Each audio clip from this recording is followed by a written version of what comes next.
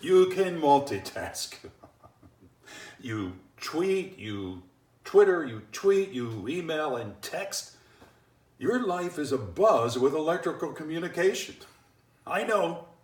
Old people always say the past was better, but really, instead of a text with all lowercase letters and no punctuation, what about a nicely crafted letter sent through the mail? Or a thank you note? We used to lick postage stamps back then. Obviously, you never heard of that. They just didn't peel ready-made with the sticky stuff on the back. The sticky stuff had to be triggered by the wet on your tongue. If you were sending out many letters or so, you could be licking postage stamps for 10 minutes or so. We had typewriters and we used whiteout for corrections and carbon papers for copies. We had telephones. And we had to dial a number by inserting your index finger in a round hole number 0 through 2. If you were dialing 999, 9999, you could spend hours just dialing the number.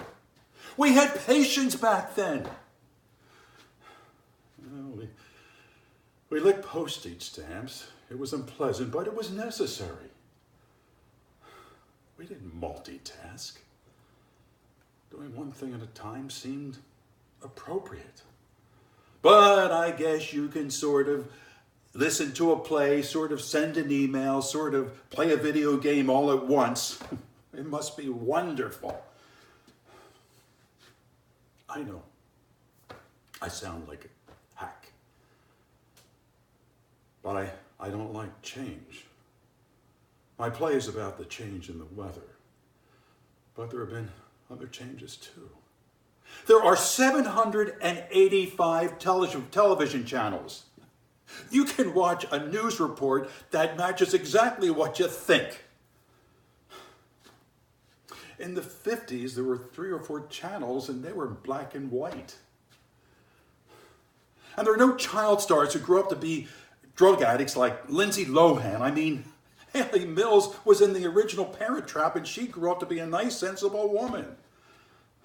There was no South Park. I mean, there was the Howdy Doody show starring a puppet and Kukla, Fran, and Ollie also starring 2 puppets and a sweet lady named Fran. We watched puppets back then. There was the Perry Como show. He was soothing. The Dinah Shore show, she was wonderful.